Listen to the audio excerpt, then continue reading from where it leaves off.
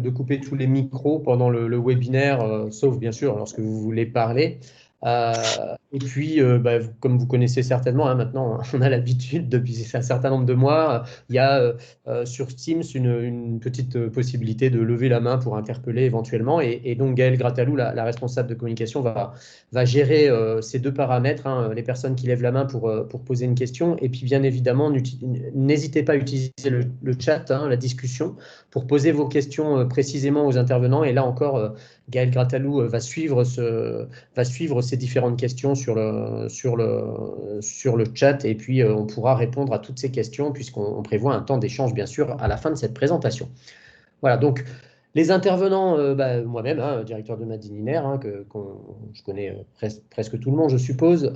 Carole Boulanger, potentiellement pour tout ce qui est la partie un petit peu plus scientifique, si on doit rentrer vraiment dans le détail du détail. Et puis Gaëlle Gratalou qui vous présentera un petit peu la façon de communiquer à la fin. Donc le déroulé est très simple, hein. Simplement un petit point de contexte. Les principaux changements qui sont induits par ce nouvel indice Atmo national, et puis quelques points de vigilance, la partie communication et évidemment une partie questions-réponses à la fin. Donc, un rappel pour démarrer concernant d'abord l'indice Atmo tel qu'il se présente aujourd'hui. Est-ce que la page a changé là? Je me pose la question. Oui, oui. L'indice Atmo aujourd'hui, donc, on se le rappelle, hein, comme on le voit sur la droite de la présentation, hein, aujourd'hui c'est un indice qui est calculé chaque jour pour le jour même, qui est également prévu pour le lendemain. Et ce que la loi sur l'air dit et l'arrêté ministériel, c'est dans les agglomérations de plus de 100 000 habitants. Donc aujourd'hui, notre indice Atmo, c'est l'indice de la qualité de l'air de l'agglomération Fort-de-France-Lamentin-Schœlcher uniquement, même si c'est vrai qu'au fur et à mesure du temps, on a eu coutume un petit peu de prendre comme principe que finalement, c'était un peu l'indice de qualité de l'air de la Martinique. Cet indice chiffré, aujourd'hui, qu'on connaît, hein, va de 1 à 10. Pour chaque chiffre, un qualificatif qui est associé, donc 1, très bon, 10, très mauvais, et un indice qui prend en compte 4 polluants. Donc 4 polluants qu'on mesure depuis maintenant un peu plus de 20 ans en Martinique, hein, les particules, hein, qu'on a coutume d'appeler PM10, particules inférieures à 10 microns, l'ozone, le dioxyde d'azote et le dioxyde de soufre. Et puis enfin, ce mode de calcul qui est défini par un arrêté ministériel, comme on le disait, depuis 2000, enfin 99 pour être exact, qui du coup, évidemment, devait être revu aujourd'hui pour être un petit peu plus modernisé. Effectivement, pourquoi un nouvel indice? Parce qu'il y a eu peu d'évolution finalement depuis sa création. Alors vous voyez, je disais 99, mais il y avait déjà eu un premier arrêté en 94. Du coup, hormis un petit ajustement d'échelle en 2004 qui a eu lieu, il y a eu très très peu d'évolution. Et parallèlement à ça, il y a quand même une évolution des enjeux de santé publique, hein. La qualité de l'air maintenant aujourd'hui est au centre bien sûr des préoccupations. Et puis notamment auprès des particules, hein, pour nous c'est important sur notre territoire, hein, les particules 2,5, donc toujours pareil, hein, on appelle ça PM2,5, particules inférieures à 2,5 microns, donc plus fines, sont évidemment une préoccupation beaucoup plus importante. Également, une attente qui est un peu exprimée par les citoyens, hein, et attendue d'une information qui serait beaucoup plus de proximité en tout point du territoire. C'est bien d'avoir un indice de qualité de l'air sur la Martinique, ce serait encore mieux d'avoir finalement une qualité de l'air plus proche de chez soi pour pouvoir un peu savoir ce qui se passe de manière un peu plus précise. Et puis enfin, il faut savoir que l'indice européen, lui, qui est un peu plus strict, a été révisé en novembre 2019 et évidemment, la France a eu à cœur d'essayer que l'indice de qualité de l'air Atmo s'aligne un petit peu sur les seuils qui sont prévus par l'indice européen. Du coup, un nouvel arrêté ministériel a donc vu le jour le 10 juillet 2020. 10 juillet 2020, depuis lors, donc avec un calendrier de mise en place qui comportait l'obligation de mettre en place ça en janvier 2021. Donc, quels sont aujourd'hui les principaux changements liés à cet indice? Donc, comme on le disait, l'indice actuel, hein, que vous avez donc à gauche, c'est un indice pour l'agglomération de plus de 100 000 habitants. Demain, le nouvel indice, ce sera un indice à l'échelle de la commune, donc en tout point du territoire, sur 34 communes. La différence encore, l'indice actuel est aujourd'hui un indice chiffré de 1 à 10. Ce chiffre disparaît pour être remplacé par une information qui finalement est d'une qualité tout à fait semblable, avec 6 qualificatifs et 6 couleurs différentes. Donc quelque chose finalement qui est plus visuel, peut-être plus facile à réussir à prendre en compte et plus facile à sensibiliser. Donc 6 qualificatifs couleurs qui changent de bon, moyen, dégradé, mauvais, très mauvais, extrêmement mauvais. Donc on a vraiment un changement assez significatif de ce côté-là. Concernant les mesures qui sont prises en compte par cet indice actuel, on les a citées tout à l'heure, hein, ce sont les 4 mesures, particules, dioxyde d'azote, ozone et dioxyde de soufre. On rentre aujourd'hui un 5e polluant, donc les particules plus fines, particules PM2,5, qui viendra donc intégrer le calcul de cet indice. Donc on augmente d'un polluant. Par ailleurs, vous verrez, je vous l'expliquerai un petit peu plus en détail, on fera évidemment beaucoup plus une ouverture vers la modélisation et non plus seulement vers la mesure, puisqu'aujourd'hui, cet indice va être modélisé sur l'échelle communale du territoire et ne sera finalement modifié, enfin sera finalement modifié par la mesure. Donc, je vous explique ça un petit peu plus après. Et puis, encore une fois, comme on disait tout à l'heure, l'indice actuel est basé sur les seuils français aujourd'hui, il sera basé finalement sur les seuils européens demain, puisque on s'aligne sur ces seuils. Donc, le principal changement que je commençais à aborder là, c'est effectivement la méthode de calcul. La méthode de calcul, alors pour essayer de simplifier, il est calculé désormais à partir de modélisations cartographiées. On rappelle quand même, et ça c'est important, qu'on est bien pris en compte des stations de fond, des stations qui représentent la qualité de l'air moyenne. On n'est pas sur un indice de type trafic aux proximités des pots d'échappement, on est vraiment sur une cartographie de pollution de fond. Ensuite, on va mettre évidemment beaucoup plus en avant encore l'expertise humaine du prévisionniste qui sera amené à regarder les cartes de modélisation et à pouvoir prévoir l'indice, toujours pareil, sur une journée, 2 journées, parfois 3 journées. C'est important parce qu'en fait, on change complètement le paradigme finalement de cet indice. Pour simplifier un petit peu, avant, on avait des mesures de qualité de l'air par nos stations. On regardait un certain nombre, donc ça nous donnait une prévision d'indice. On regardait les modèles en vigueur pour voir un peu comment ça pouvait évoluer. Et puis, du coup, on changeait, enfin du moins on modifiait potentiellement par rapport au modèle l'indice qui était vraisemblablement celui qui était prévu. Aujourd'hui, on inverse complètement la machine. Le modèle prévoit l'indice et grâce aux stations au plus proches et grâce aux mesures qui sont faites sur le territoire, on va corriger le modèle de façon à avoir un modèle plus fin et plus précis grâce aux stations. Donc on est vraiment dans le changement un petit peu inverse de fonctionnement. Bien évidemment, du coup, comme je le disais, ça va donner une grande part à l'expertise humaine puisque les personnes qui vont devoir faire cette prévision imaginaire devront être au plus proche possible des modèles et pouvoir j'allais dire, voilà, bien les prendre en main avant de pouvoir sortir des informations importantes. Alors, par ailleurs, un autre changement relativement intéressant, évidemment, c'est ce qu'on disait, hein, se mettre au diapason des seuils européens. Ça veut dire, du coup, de nouveaux seuils. Ça veut dire de nouveaux qualificatifs. Ça veut dire qu'on voit disparaître quelque part un terme, en voir apparaître un autre. On avait parfois la qualité de l'air très bonne ou bonne. Aujourd'hui, on commence à bon. On abandonne le caractère très bon. Il faut dire que c'était très, très rare aussi. Et puis, on a un qualificatif extrêmement mauvais qui arrive et qui finalement répond pas mal à la population qui pouvait parfois se demander à partir de l'indice 10, bah, d'accord, ça fait longtemps qu'on a dépassé l'indice 10 et on est largement au-dessus, qu'est-ce qui se passe? Aujourd'hui, on a d'autres seuils supplémentaires à ceux-là qui viennent se rajouter, mais je vais vous faire une petite comparaison après entre les anciens et les nouveaux seuils de façon à ce que vous puissiez voir un petit peu comment ça marche. Alors justement, on y vient avec ce comparatif avec les anciens seuils. Alors ne soyez pas effrayés par le tableau, hein, il est assez simple à comprendre finalement. Et puis, bah, une fois n'est pas coutume, je vais commencer par la droite pour aller du plus simple au plus complexe, on va dire ça comme ça. Donc, pour le premier polluant, le dioxyde de soufre, hein, qu'on sait qui est un polluant éminemment plutôt industriel, on a, comme vous pouvez le voir, un changement relativement important. Ce changement étant que On a donc la disparition, comme je le disais. Alors donc sur les deux colonnes, vous voyez l'ancien indice Atmo à gauche et puis le nouvel indice Atmo à droite. Vous avez une disparition du très bon et vous avez on a essayé de vous mettre en parallèle une concordance entre les nouveaux indices, les nouveaux, si vous voulez, les nouveaux qualificatifs et les anciens. Donc on voit simplement que lorsqu'on était bon il y a une petite partie du temps où on pouvait être bon avant, où on devient moyen avec ces nouveaux seuils. On était médiocre, finalement, on a abandonné ce terme, ça devient dégradé. Ça reste dégradé un petit peu plus longtemps, ça devient mauvais à partir de 350. Alors, on est bien sur le dioxyde de soufre, hein, donc un polluant qui ne pose vraiment pas de souci ici. On n'a jamais atteint ces différents niveaux.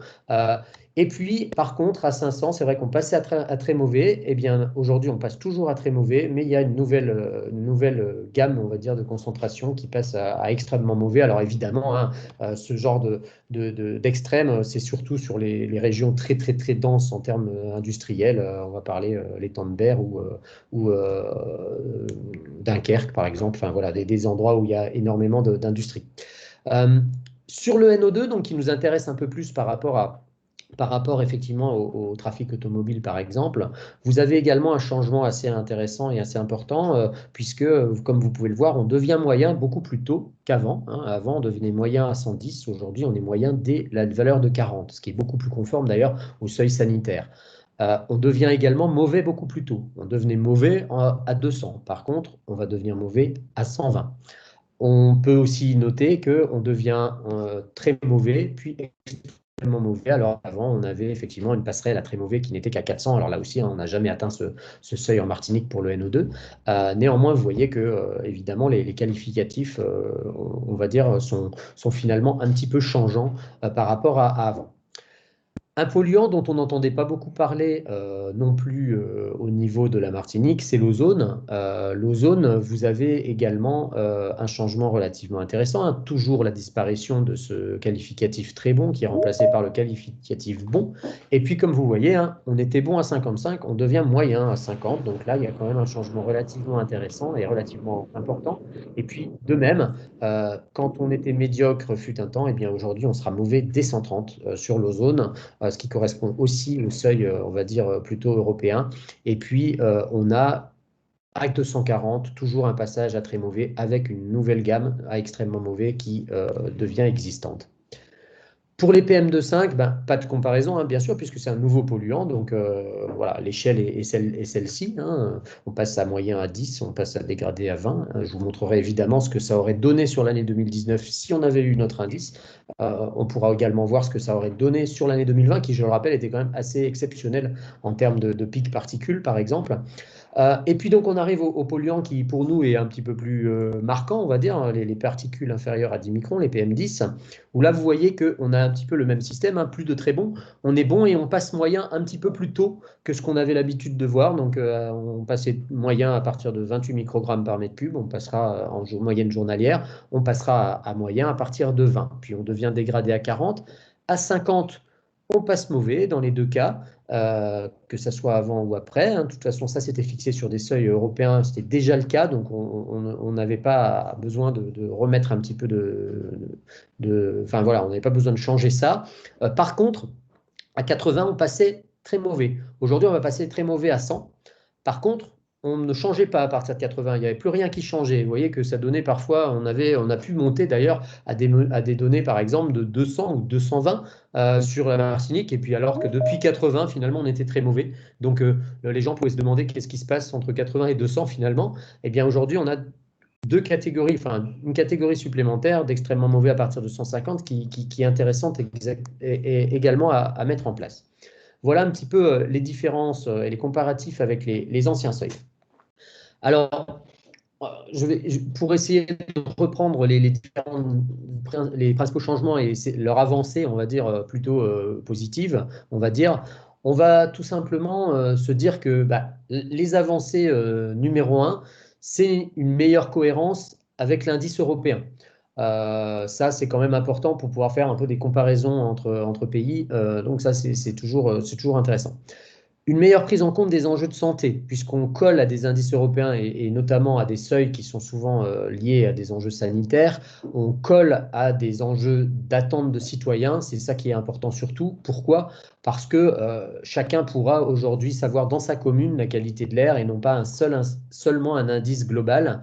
Donc cet indice, encore une fois, hein, il sera bien modélisé, mais bon, c'était déjà le cas puisque quand on vous transmettait des informations sur l'indice de qualité de l'air, c'était des prévisions, hein, donc on regardait déjà de la modélisation. Aujourd'hui, ce sera un indice modélisé jusqu'au lendemain sur chaque commune de Martinique. Et donc, forcément, le point positif, c'est que ça pourra avoir un impact favorable sur l'anticipation des différents comportements de la population, des gens, des activités, en fonction de la qualité de l'air. Par exemple, lorsqu'on était parfois avec un indice de qualité de l'air très négatif ou mauvais dans l'ensemble du territoire, eh bien, potentiellement, des gens pouvaient parfois se poser la question, oui, mais est-ce que dans ma commune aussi, j'ai une qualité de l'air mauvaise ou simplement c'est dans un endroit particulier. Donc là, on va pouvoir avoir peut-être une anticipation de comportement liée à tout ça.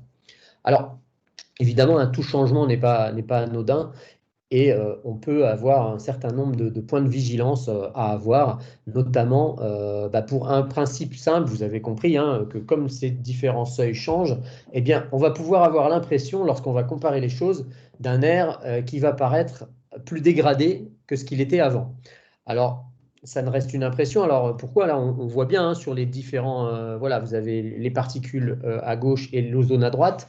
Vous avez effectivement, comme vous avez compris, hein, on passe à dégradé ou mauvais peut-être plus tôt qu'avant. Et c'est également la même chose avec l'ozone.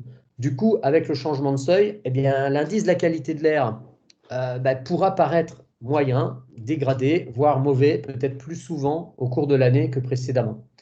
Et puis, avec l'abaissement des seuils, eh bien, il y a aussi des évolutions assez importantes sur les polluants qui, jusque-là, déterminaient clairement l'indice Atmo, hein, puisque je rappelle, peut-être pour refaire le point, que l'indice Atmo, c'est un calcul finalement assez simple. Il y a 4 sous-indices, un par polluant, et l'indice Atmo, c'est le plus mauvais des sous-polluants. Donc, il y a toujours un polluant qui est un peu plus responsable que les autres de l'indice Atmo. Ce n'est pas une moyenne entre les quatre, c'est bien le maximum. Et du coup, forcément, les polluants vont un peu peut-être changer. Et d'ailleurs, par exemple, l'ozone, dont on parlait très peu, comme on se met un petit peu sur les seuils européens, eh bien, il va devenir un polluant dont on va un petit peu plus parler. Et qui va devenir peut-être un petit peu plus régulièrement déterminant pour l'indice de la qualité de l'air. Gaël, est-ce que vous pouvez me dire juste si quand j'affiche, là, est-ce que c'est déjà le comparatif qui s'affiche? Parce que moi, ça, il y a un certain temps de... Là, il y a le comparatif. Il y a le comparatif. OK. Et là, c'est bien l'ozone ou ça n'a pas changé encore? Là, c'est le dioxyde d'azote, toujours. Ok, donc c'est bien ce que je pense, il y a un petit temps de latence. Voilà, c'est juste pour que j'adapte mon discours à tout ça. Donc, le dioxyde d'azote, voyez par exemple, alors vous allez voir du coup, ça vient de changer sur ozone si j'ai bien compris, et hop, ça rechange. Ok. Dioxyde d'azote NO2, eh ben, vous avez quelque chose de très simple, hein, voilà, très bon aujourd'hui.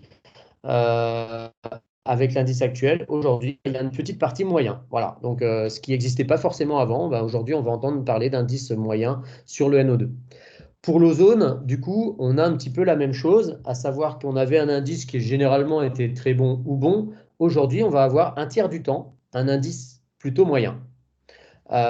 Donc ça, c'est quand même une nouveauté qui est importante. Alors là, je parle bien de 2019. Hein, donc là, on a fait un petit peu le point sur ce qu'aurait donné l'année 2019 sur tout ça. Euh, Pareil pour les particules, vous avez quand même un changement assez fondamental puisque 2 tiers du temps, on avait l'impression que la qualité de l'air était très bonne ou bonne avec l'ancien indice et ensuite moyen, médiocre, mauvais, très mauvais. Et par contre, avec le nouvel indice, vous allez avoir une partie de l'année, un bon tiers, où la qualité de l'air sera moyenne. Elle sera toujours dégradée et mauvais à peu près le même type à peu près la même quantité de temps, mais vous voyez qu'aujourd'hui, forcément, on va avoir un peu moins de bons. Sur les particules PM2,5, évidemment, pas de comparaison possible avec l'année de référence 2019, puisque je rappelle, c'est un polluant qui ne faisait pas partie de l'indice Atmo, mais néanmoins, vous allez voir qu'on a une moitié d'année, on va dire, sur un indice bon et presque une moitié sur l'indice moyen. Et puis, pour finir, sur cette partie de comparaison la période de référence de 2020. Alors 2020 a été une année quand même très très particulière. On a eu effectivement un indice qui était bon ou très bon quasiment la moitié du temps, et puis quand même un bon, on va dire 2 tiers. Et il y a quand même eu un bon tiers de temps, de janvier à septembre, où on a eu un indice entre moyen, médiocre, mauvais ou très mauvais. Donc, si on regarde à droite, ce que ça aurait donné avec ce nouvel indice en 2020, c'est qu'on aurait eu toujours un tiers de bon, on va dire entre un quart et un tiers de bon sur l'année 2020. On aurait eu quand même un bon tiers d'indices moyens sur l'année, et puis des indices mauvais, des indices dégradés, comme on a eu finalement avant, avec un peu plus d'indices mauvais. Et puis surtout, on voit apparaître cette petite catégorie d'extrêmement mauvais qu'on ne connaissait pas avant, mais si cet indice avait été en vigueur en 2020, effectivement, on aurait pu dire que l'indice était extrêmement mauvais. Alors, je rappelle quand même que la qualité de l'air sur les PM10 en 2020 était cet épisode avait été très exceptionnel et qu'on a dépassé les records qu'on avait sur les 20 ans de données de matière linéaire. On n'avait jamais eu des quantités aussi importantes, hein. Donc, c'est quand même important de le dire qu'on a de l'extrêmement mauvais parce que c'était une année un peu particulière. Un autre point de vigilance qui paraît très important, bien sûr, c'est l'absence de correspondance avec le dispositif préfectoral qui reste un système distinct. Je m'entends, hein, il faut ne pas oublier que dans ce dispositif préfectoral et dans les dispositifs préfectoraux de toutes les préfectures de France, il y a 2 seuils qui sont importants. C'est le seuil de 50 sur les PM10 et c'est le seuil de 80 sur les PM10, à savoir seuil d'information et de recommandation, seuil d'alerte. Il n'y a pas forcément de correspondance des qualificatifs entre ce nouvel indice et les seuils d'activation du dispositif préfectoral en cas d'épisode de pollution. Alors, c'est un point quelque part positif puisque le système d'information et d'alerte reste inchangé, c'est-à-dire qu'on continue à informer les gens de la même façon au même moment et surtout au moment où les niveaux sont à peu près identiques. Ce qui aurait été dommage, c'est de commencer à informer les gens à partir finalement d'un seuil plus haut, parce que ça voudrait dire que tout à coup, on informe peut-être moins. Donc là, on continue à utiliser ce même système d'information et d'alerte. Donc on va évidemment faire évoluer un petit peu avec la préfecture tout ça pour être bien d'équerre. Et puis, bien évidemment, une révision d'un arrêté ministériel pour calculer l'indice Atmo, c'est, on va dire, je vais mettre des guillemets, c'est plus facile qu'une révision de tous les arrêtés préfectoraux qui doivent d'abord être révisés au niveau national par l'intermédiaire d'un passage dans beaucoup de commissions et d'avis différents, notamment de la strate sanitaire, etc. Donc, évidemment, le niveau national prévoit néanmoins de réviser les arrêtés préfectoraux pour être encore plus en adéquation avec ce nouvel indice en 2022, puisque c'est le temps que ça prend malheureusement au niveau national pour être en vigueur. Néanmoins, pour nous, notre système ne changera pas et on continuera à informer de la même façon. Ça ne sera pas impacté. Le point de vigilance suivant, peut-être, c'est l'interprétation des différents indices entre les différentes communes. Alors, c'est vrai qu'aujourd'hui, on ne se pose pas vraiment de questions. On a un indice de qualité de l'air qui finalement, est celui qu'on on était habitué à voir pour la Martinique. Aujourd'hui, on rappelle que l'indice Atmo, ça reflète la pollution de fond d'une commune, qu'on ne prend pas forcément la pollution de proximité trafic en compte, même si bien sûr on mesure par l'intermédiaire de nos stations de trafic. Mais il pourrait y avoir des différences finalement d'indices du coup entre les communes. Et alors pour ça, il y a 2 raisons majeures. Alors, parfois peut-être des raisons qui seront plus difficilement explicables, mais en tout cas, les différences pourront le plus souvent s'expliquer par quoi? D'abord, par des processus complexes de transformation de certains polluants sur le territoire. Par exemple, c'est vrai qu'on a l'habitude de mesurer un petit peu plus d'ozone sur la côte Caraïbe et notamment dans le nord, pour des raisons de relief, pour des raisons de brise marine, pour des raisons de beaucoup d'éléments environnementaux, ce qui pourra effectivement donner parfois des indices de qualité de l'air qui peuvent être différents sur le nord Caraïbe que sur ailleurs. Ça peut être aussi un processus d'un nuage de brume de sable qui passe plus sur le nord ou sur le sud, et du coup, certaines communes seront plus impactées que d'autres. Du coup, on pourra donner cette différence, donc ça, c'est vraiment très important. Donc, il y aura ces différences. Et puis, il y a aussi parfois des effets de seuil. Alors, qu'est-ce qu'on entend par effet de seuil? C'est un peu un basculement dans la catégorie supérieure, finalement pour une concentration qui est très proche. Je prends un exemple simple, la différence, le passage au seuil mauvais se fait pour les particules à 50 microgrammes par mètre cube. Et bien ma foi, l'effet du modèle, qui va prévoir un peu les concentrations en fonction de beaucoup de paramètres, peut amener deux communes limitrophes, une à être à 51 et l'autre être à 49. Et puis il y en aura une qui apparaîtra en mauvais, l'autre apparaîtra seulement en dégradé. Alors bien sûr, les prévisionnistes experts de ça regarderont chaque jour avant de diffuser des cartes si simplement c'est un effet de seuil ou s'il y a une explication plausible et cohérente au fait qu'il y ait une différence entre deux communes qui sont proches. Ça peut arriver, mais voilà, il faudra faire très attention aux effets de seuil et parfois à un microgramme près, bien sûr, c'est comme tous les seuils, hein, on le dépasse ou on ne le dépasse pas, parfois c'est très proche. Donc voilà. Du coup, petit résumé peut-être quand même de ces différents points de vigilance, en tout cas, et point d'ancrage de ce nouveau dispositif, et notamment ce qu'il faut retenir. Alors, ce qu'il faut retenir, c'est que, encore une fois, l'indice Atmo, c'est un indice de communication de la pollution de fond. Ça, c'est important. C'est également un indice qui sera basé majoritairement sur des prévisions. Donc, à l'instar de nos amis de la météo, forcément, ce sont des prévisions. On est en train de regarder bien évidemment des modèles, on est en train de regarder bien évidemment nos mesures, les conditions météo, etc., qui vont nous permettre de prévoir au mieux, mais ça reste une prévision. Effectivement, les changements de seuil qui sont plus sévères qu'actuellement conduiront, comme je le disais tout à l'heure, mécaniquement à une augmentation du nombre de jours qui indique une qualité de l'air moyenne à très mauvaise. Enfin, moyenne, dégradée, mauvaise, très mauvaise, et seront un petit peu plus nombreux les jours. Donc, évidemment, c'est dans cette augmentation un peu mécanique du nombre de jours, il y aura bien évidemment une communication très très forte à avoir à ce niveau-là. Troisième élément, ce sont les changements de seuil qui sont perceptibles plus pour certains polluants que d'autres, et notamment l'ozone, hein, comme on disait tout à l'heure. Avec ce nouvel indice, eh bien, le polluant, est-ce que la personne peut couper son micro, celui qu'il a ouvert, s'il vous plaît?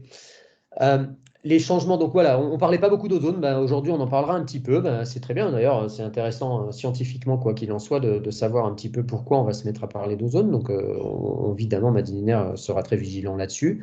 Ensuite, comme je le disais juste avant, des différences d'indices possibles entre les communes pourront apparaître, et ça, eh bien, c'est lié soit à des processus complexes atmosphériques, soit simplement à quelques effets de seuil, et là bien sûr les prévisionnistes seront là pour bien gérer cette situation. Et puis peut-être le principal point de vigilance, c'est finalement le dispositif d'information et d'alerte du dispositif préfectoral qui, je le rappelle, ne change pas, donc ça c'est plutôt un effet positif, mais qui devrait quand même changer à terme pour devenir peut-être plus proche de l'indice. Donc on aura finalement une correspondance qui sera un petit peu plus complexe entre les seuils de qualificatifs et les différents niveaux d'information et d'alerte. Donc on est en train évidemment de travailler là-dessus de manière très importante pour pouvoir avoir une très bonne communication sur ce point-là. Voilà, donc voilà un petit peu pour les différents changements. Là, du coup, je vais juste passer la main quelques minutes à la responsable communication, Madame Gratalou, qui va vous dire simplement la façon dont Madininer va communiquer ce nouvel indice et quels seront les différents moyens de pouvoir avoir ces informations de manière la plus précise possible. Voilà, donc Gaël, je vous laisse la main, puis bien sûr, à la fin, je rappelle, hein, il y aura un temps d'échange et toutes les questions possibles. Oui, en effet, notez bien vos questions pour qu'on puisse y répondre juste après cette partie présentation du dispositif de communication. Donc, comme le disait M. Gandard, cet indice, c'est un indice qui est maintenant présent à l'échelle de chaque commune. Donc, il va être diffusé à partir de lundi, du 18 janvier. Donc, premier moyen, ça va être bien sûr notre site internet, donc un nouveau site qui va se mettre en place ce jour-là, donc www.madiner.fr. Évidemment, les indices Atmos sont aussi disponibles sur nos réseaux sociaux, donc on a un compte Facebook, Instagram, Twitter. Nous travaillons aussi étroitement avec les principaux médias, donc déjà télévisuels, puisque c'est un indice qui est visuel. Vous voyez, c'est une carte, vous verrez que nous allons communiquer. Donc, bien sûr, avec Martinique, la première via la TV, et puis on va travailler aussi avec France Antilles. Bien sûr, on n'oublie pas les autres médias, notamment radio. Donc, on va essayer d'interpréter donc ces cartes d'indices Atmo pour que ce soit le plus audible pour les Martiniquais.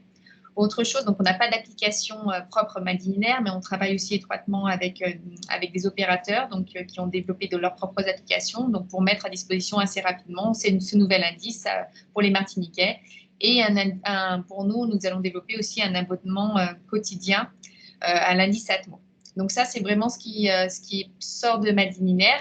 Donc, vous avez un peu une première visualisation de ce qu'on va projeter donc, sur notre site Internet. Donc, vous aurez un bloc indice Atmo. Donc, on sera capable de changer de commune et vous aurez l'indice Atmo, la commune qui est concernée, le polluant qui détermine cet indice, comme vous l'a dit M. Gandard, c'est celui qui est le plus dégradé qui va donner la couleur de l'indice.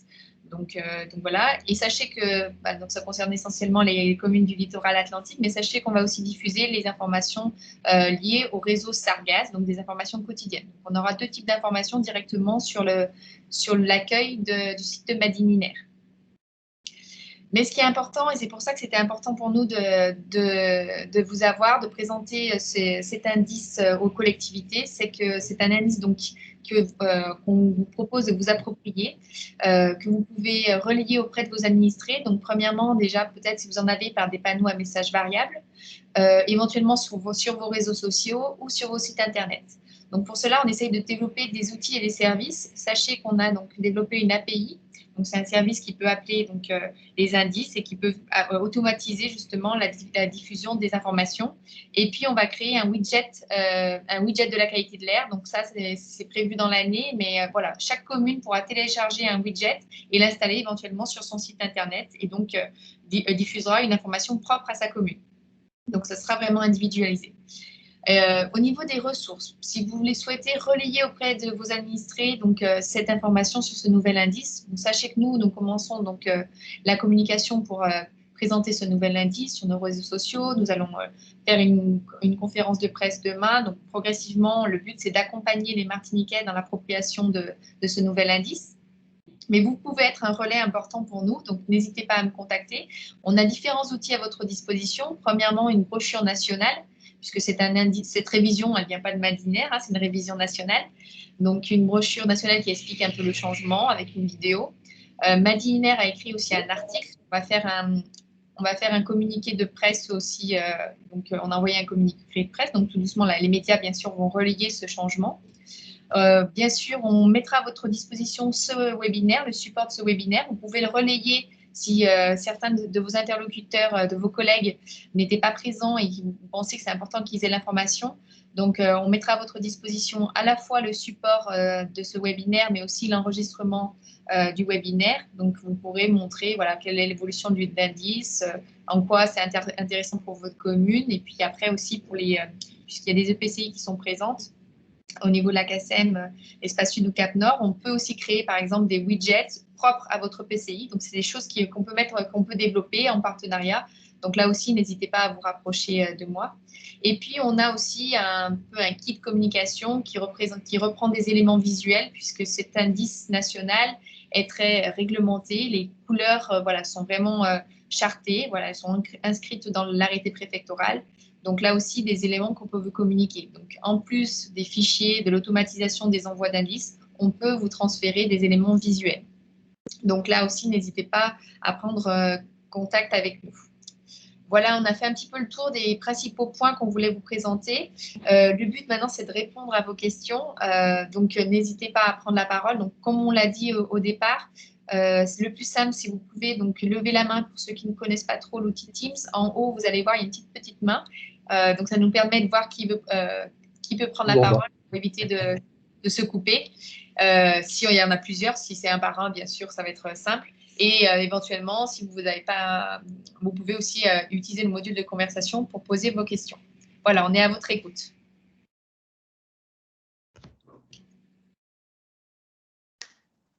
Donc, n'hésitez pas à ouvrir votre micro maintenant pour prendre la parole. Il y a sans souci. Allez, Monsieur Perronnet.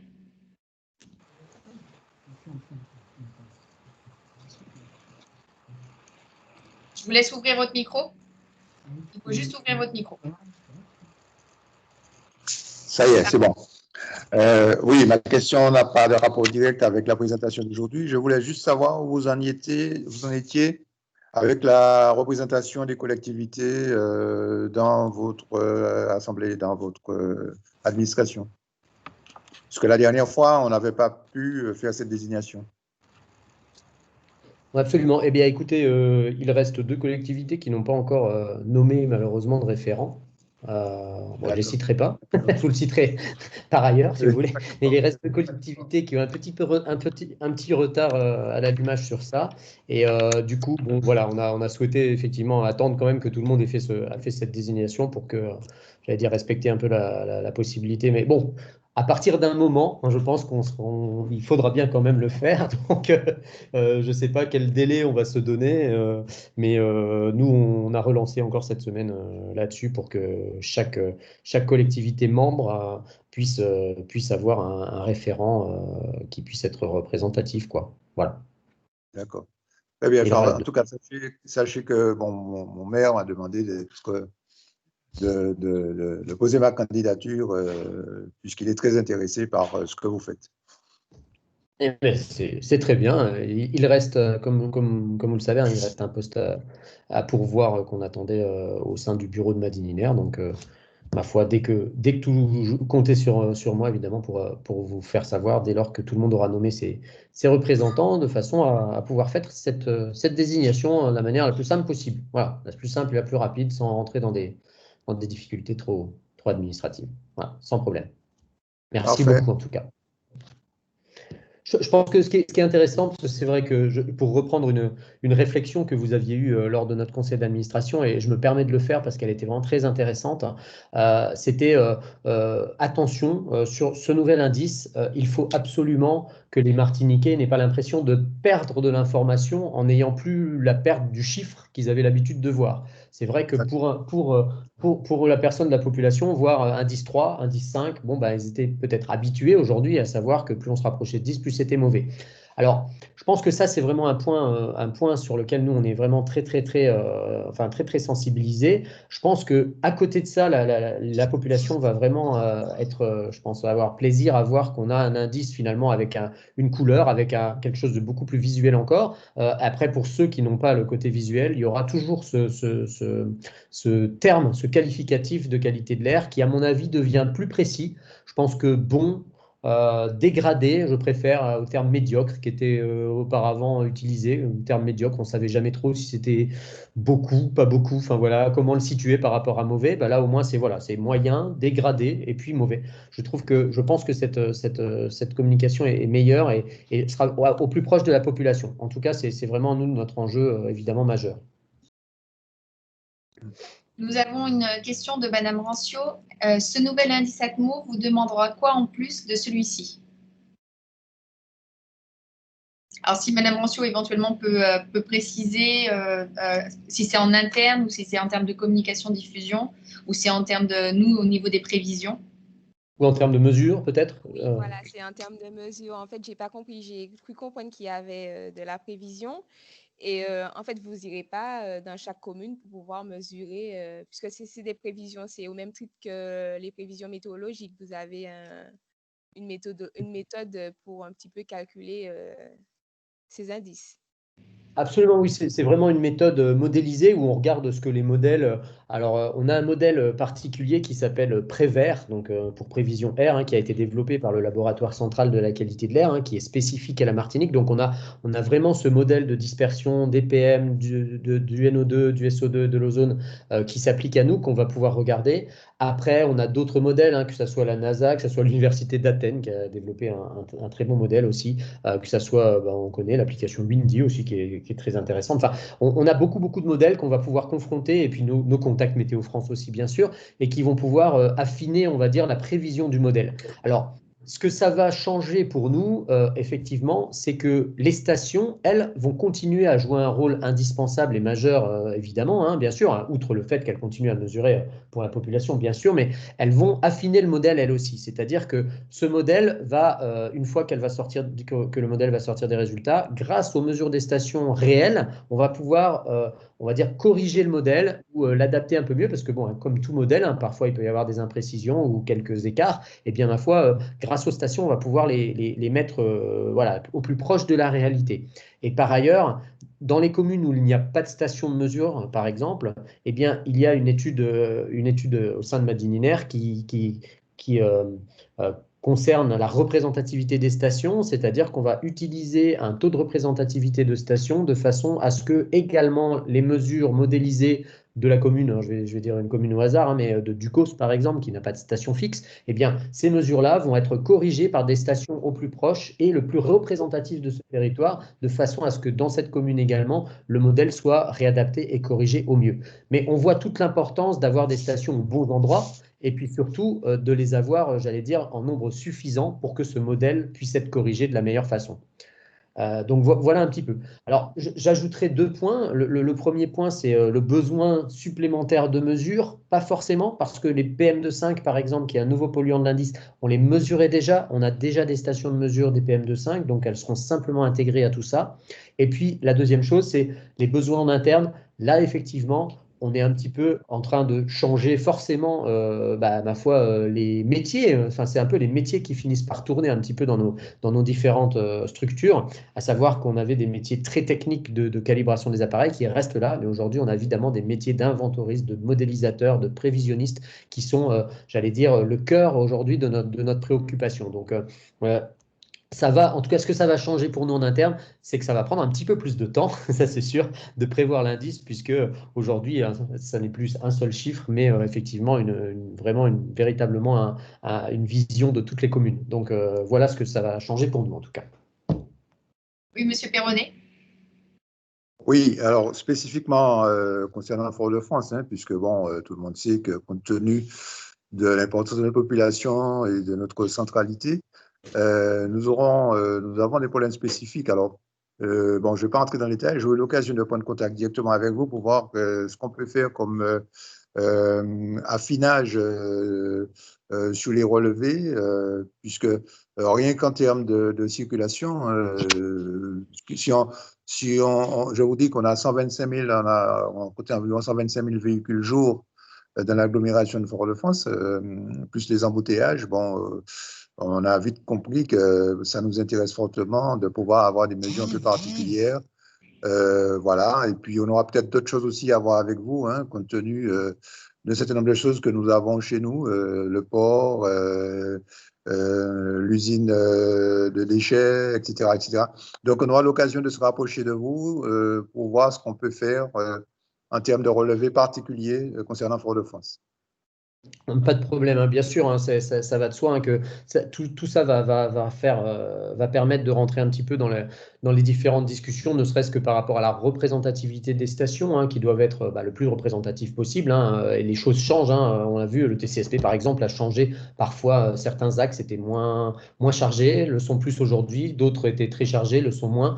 Et comme vous dites, hein, l'axe entrant sud Fort-de-France, hein, fait 125 000 véhicules par jour, hein, du côté de Dillon, donc c'est pas rien. Alors bien évidemment, hein, ça n'est pas ce nouvel indice Atmo qui fait qu'on va prendre connaissance de toutes ces problématiques, puisqu'on a des stations sur la rocade, on a des stations au centre-ville, mais par contre le travail vraiment de partenariat avec vous va permettre de bien s'assurer déjà qu'elles sont représentatives, de savoir s'il n'y a pas d'autres besoins pour affiner encore tout ça, comme vous disiez. Et puis bien sûr les problématiques du Grand Port, d'ailleurs, avec qui on vient de signer une convention sur 6 ans de mesures et de supervision un petit peu de la pollution atmosphérique sur le site. Donc voilà, oui, il y a beaucoup d'enjeux et ça sera un plaisir évidemment de partager avec vous tout ça. D'autres questions par rapport au nouvel indice? Excusez-moi. Au nouvel indice ou à sa communication, des points sur lesquels vous voulez y revenir? Non, ça va. Très bonne présentation, ça va. Tout est clair. Est-ce que vous m'entendez? Oui, allez-y. Oui, je suis arrivée en retard, je suis désolée. Je suis directrice de cabinet de la ville de Saint-Pierre, donc j'ai raté une bonne moitié de votre présentation, Monsieur Pandar, excusez-moi. En revanche, il y avait une carte tout à l'heure où les villes du Nord étaient un peu plus sombres que les autres. Donc, sans vous demander de me refaire le début, j'aurais voulu savoir ce qui va changer pour Saint-Pierre, qui est, on le sait, impacté par le transport de matériaux, notamment liés à l'activité des carrières. Donc, est-ce que, à quoi on peut s'attendre en termes de changement avec ce nouvel indice ATMO, s'il vous plaît? Alors, j'ai réaffiché un peu cette carte-là, effectivement, qu'on a pris un peu au hasard, hein, qui est une carte, entre guillemets, factice, puisque c'est pas encore rentré en vigueur, puisque c'est lundi. Mais néanmoins, ce que je disais simplement, c'est que le gros avantage de cet indice, c'est qu'il va être vraiment spatialisé à la commune. Donc, on va avoir vraiment, non pas un indice ATMO de 3 sur la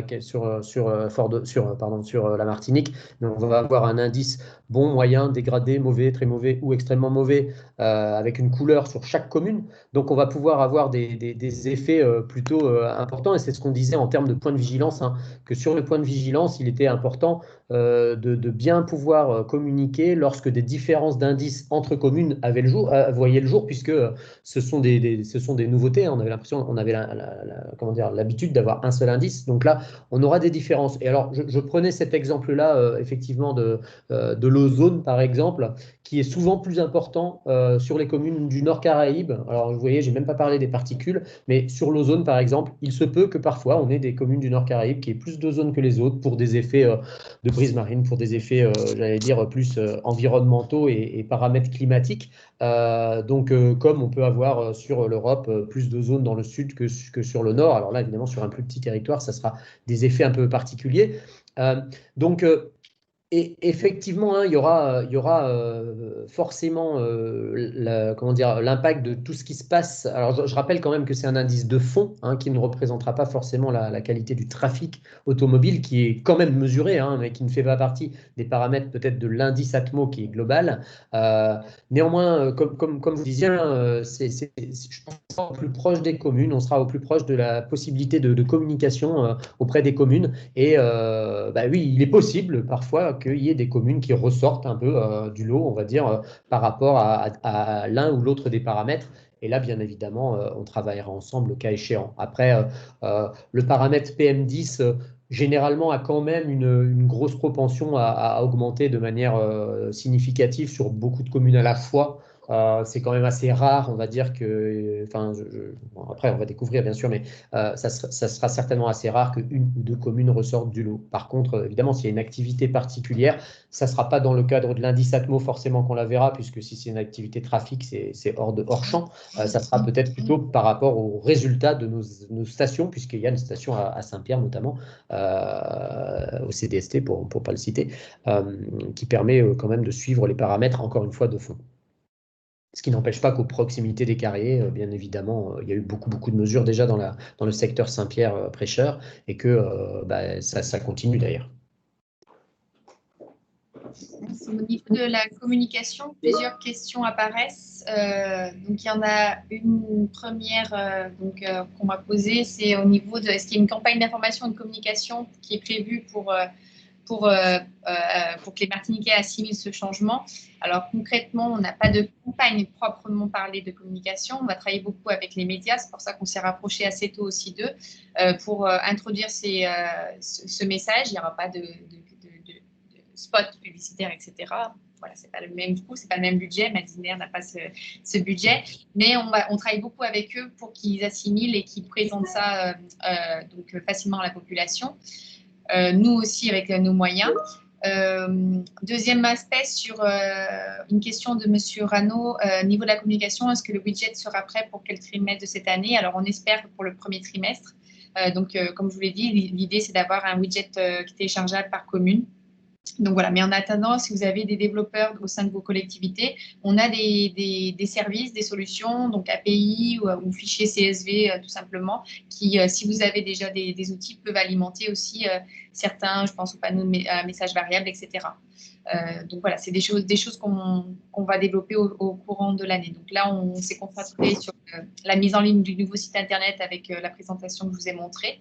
Et dans un deuxième temps, voilà, l'idée, c'est de se rapprocher de vous en tant que collectivité, pour pouvoir répondre à vos besoins en termes d'information et de communication. Alors, pour ajouter simplement aussi que concernant la communication, s'il n'y a pas de campagne communication à proprement parler avec des spots, etc., il y a quand même depuis quelques semaines déjà pas mal de communication sur nos réseaux sociaux, en tout cas, où chaque jour on a une publication notamment sur quels sont les changements à venir. Donc, jour par jour, on a un nouveau changement, une nouvelle façon de communiquer. Et puis, demain, hein, une partie quand même importante qui est toute la presse, comme Gaël le disait, hein, toute la presse et les médias qui vont également avoir un webinaire pour pouvoir s'approprier les choses et pouvoir mieux communiquer le cas échéant. L'objectif numéro un, alors là je parle en tant que directeur de Madinaire, hein, mais l'objectif numéro un pour moi, c'est que demain, il y ait un bulletin de qualité de l'air sur les médias télévisés. On y travaille d'arrache-pied et voilà, je pense qu'on est sur la bonne voie. J'aimerais beaucoup, enfin nous aimerions beaucoup qu'au niveau au niveau des médias principaux télévisés, il puisse y avoir ce bulletin au même titre que le bulletin de météo, puisque aujourd'hui, c'est vrai qu'on n'avait pas forcément la facilité d'accéder à ces différents médias parce qu'un indice chiffré, bon, dire indice 3 ou indice 5, ça ne les intéressait pas forcément. Là, aujourd'hui, il y a un vrai visuel, il y a un vrai enjeu de donner la différence entre les communes. Et du coup, je pense que voilà, l'intérêt est passé à la gamme au-dessus, on va dire ça comme ça. Et ça, c'est notre objectif premier, c'est de pouvoir arriver à la télé. Donc, j'ai une autre question. Alors, c'est sur un canal différent parce qu'elle n'arrive pas à se connecter directement, mais éventuellement, elle peut prendre la parole. C'est donc de Madame Micard qui disait vous avez indiqué qu'il n'y avait pas de corrélation entre les seuils de la préfecture et le nouvel indice. Que sera-t-il fait pour y remédier rapidement? Je ne sais pas si Madame Micard veut rajouter quelque chose. Non, je pense que tu as tout dit, Gaëlle. Simplement, je pense qu'à un moment donné, c'est vrai que s'il n'y a pas de corrélation, on va se poser la question de savoir à partir de quel moment on passe en seuil d'alerte, en seuil d'information. Je me dis, est-ce que ce sera forcément cohérent si, par exemple, on est au niveau du nouvel indice, on parle de qualité moyenne et qu'on passe en seuil d'information et puis qu'un autre... Enfin, je ne sais pas si vous comprenez ce que je veux dire. Est-ce qu'il y aura une corrélation entre les différents niveaux et les seuils d'information et d'alerte de la préfecture, si c'est prévu, et si ce n'est pas le cas, comment justifier le fait que des fois, qu'il n'y ait pas de cohérence je ne sais pas comment expliquer, excusez-moi. Ouais.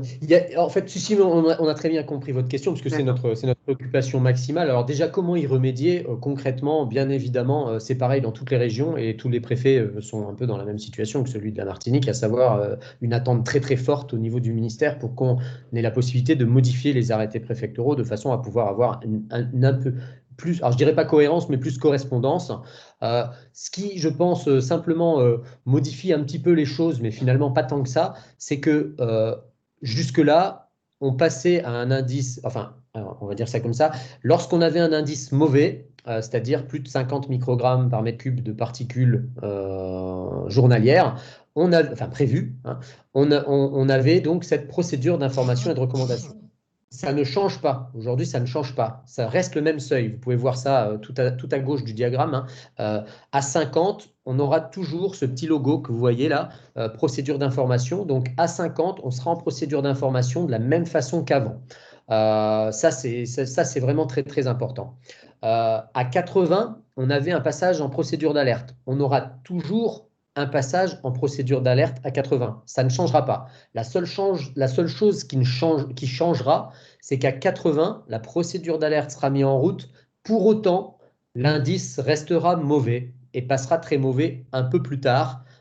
Et du coup, avec la préfecture, je pense que le principal, c'est qu'on a à trouver un gradient supplémentaire de ce qui se passera à 100. C'est-à-dire on passe en procédure d'alerte à 80, on ne change pas pour autant la couleur, c'est-à-dire qu'on est en rouge. À 50, on est en rouge, on sait qu'on est en procédure d'information, on sait qu'on passe en procédure d'alerte à 80. Pour autant, la couleur de la commune ou de la Martinique ne change pas, mais elle change un petit peu plus tard. Donc, je pense que l'enjeu, il est plutôt sur des seuils un peu plus hauts que les seuils aujourd'hui, de trouver une solution pour mieux informer les Martiniquais de ce qui se passe après le 80. Voilà, je pense que l'enjeu, il est là, mais voilà, pour l'instant, la cohérence est quand même encore gardée, c'est-à-dire qu'il n'y a pas de problème de cohérence sur ce 50. Ce 50 reste le moment où on déclenche la procédure d'information et le 80 reste le moment où on déclenche la procédure d'alerte. Je ne sais pas si j'ai répondu à votre Donc, question. quel que soit le polluant, ce sera 50 et 80, c'est ça? Non, oui, ça, bien évidemment, là, je parlais des particules.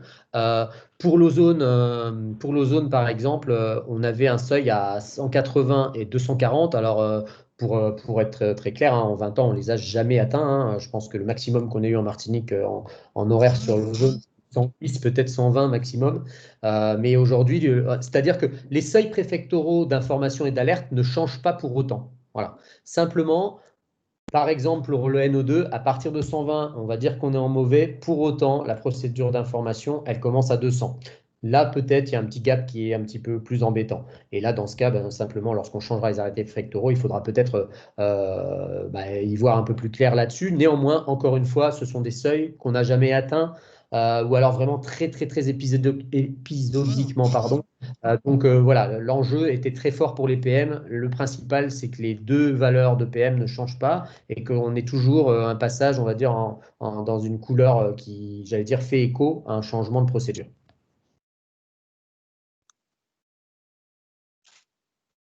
Je ne sais pas si j'ai été plus expliqué. Oui, c'est bon, c'est clair. D'autres questions? Monsieur Perronnet. Oui, dans la droite ligne de ce qui vient d'être dit, moi je pense que ce qu'il faut rajouter, c'est que les prévisions, c'est vous qui les préparez et qui les faites. La préfecture a besoin de prendre des décisions par rapport à vos prévisions, des décisions qui peuvent être importantes. Donc, de toute façon, ils sont obligés d'être en cohérence à minima avec vous pour pouvoir prendre des bonnes décisions. Donc, de ce côté-là, je ne suis pas très inquiet. C'est simplement qu'ils revoient de leur côté leur seuil permettant de mettre à jour leurs différents arrêtés pour prendre des décisions. Le petit point que peut-être, mais je suis même pas sûr que les Martiniquais avaient vraiment conscience de la couleur qui était celle de la procédure d'information. Alors c'est vrai que dans l'arrêté préfectoral, on passe en procédure d'information et c'est orange. Bon, pas de chance. Aujourd'hui, quand on passe à 50, c'est rouge, ça devient rouge. Bon, ça c'est juste, je pense, quelque part, c'est presque anecdotique et simplement au niveau de la préfecture, d'ailleurs, on se voit encore demain pour ça, on va faire en sorte simplement de pouvoir un peu modifier les choses. De toute façon, la procédure d'information reste à 50 et voilà. Pour nous, ce qui est important, c'est que quand on change d'indice, c'est bien quand on change de procédure en même temps. Mais bon, voilà, si ce n'est pas le cas, ce n'est pas grave. La procédure d'alerte reste quand même tout à fait équivalente. Absolument. D'autres questions? D'autres remarques éventuelles?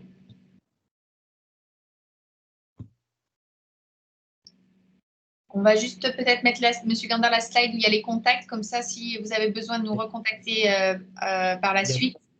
Il y a une main qui s'est levée encore, je crois. Mika.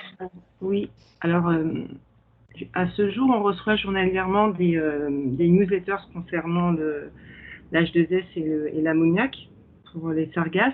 Et j'ai vu en fait que alors je ne sais pas si vous dites, c'est au niveau du site internet ou c'est au niveau de l'indice Atmo, vous allez faire aussi un focus dans les prévisions sur l'indice sargasse. Est-ce que ça veut dire que les newsletters qu'on a l'habitude de recevoir tous les jours vont s'estomper, donc vont s'arrêter au profit de cela, ou est-ce qu'elles seront complémentaires? Ou est-ce que c'est autre chose peut-être?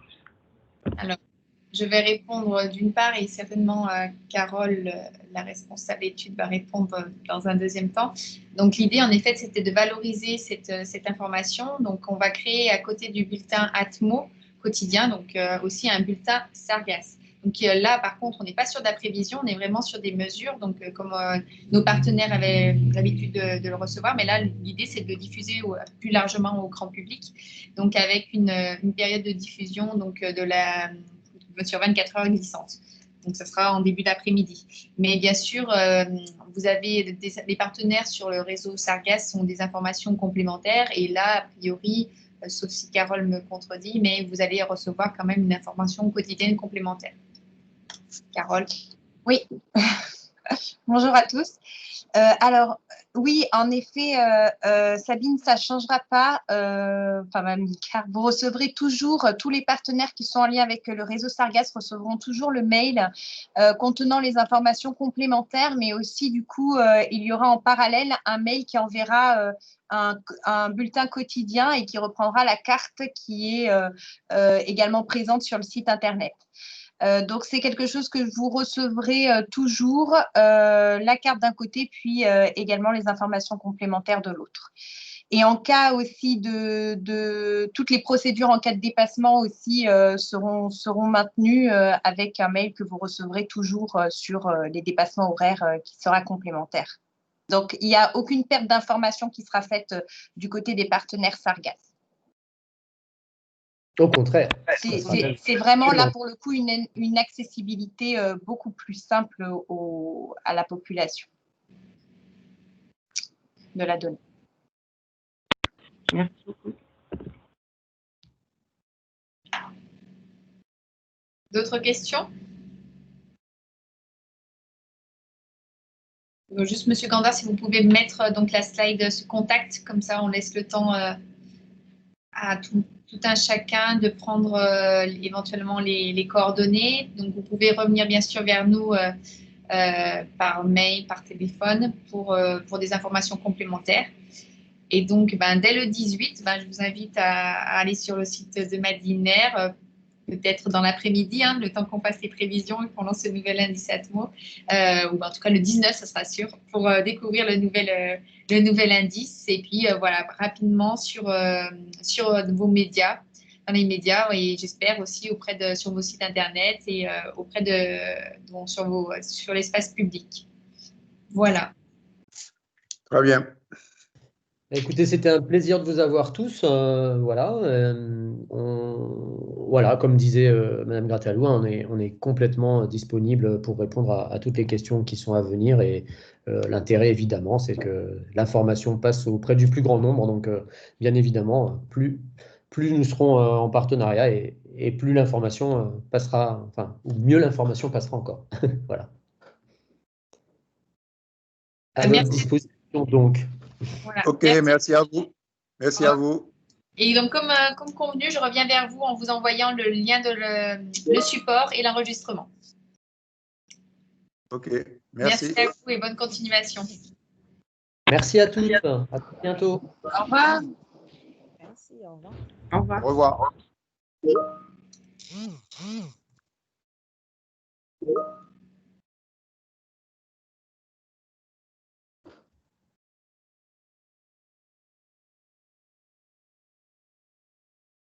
Du coup, Gaël, je vous laisse mettre la fin. Je crois que c'est vous qui pouvez mettre fin à la réunion, c'est ça? Oui.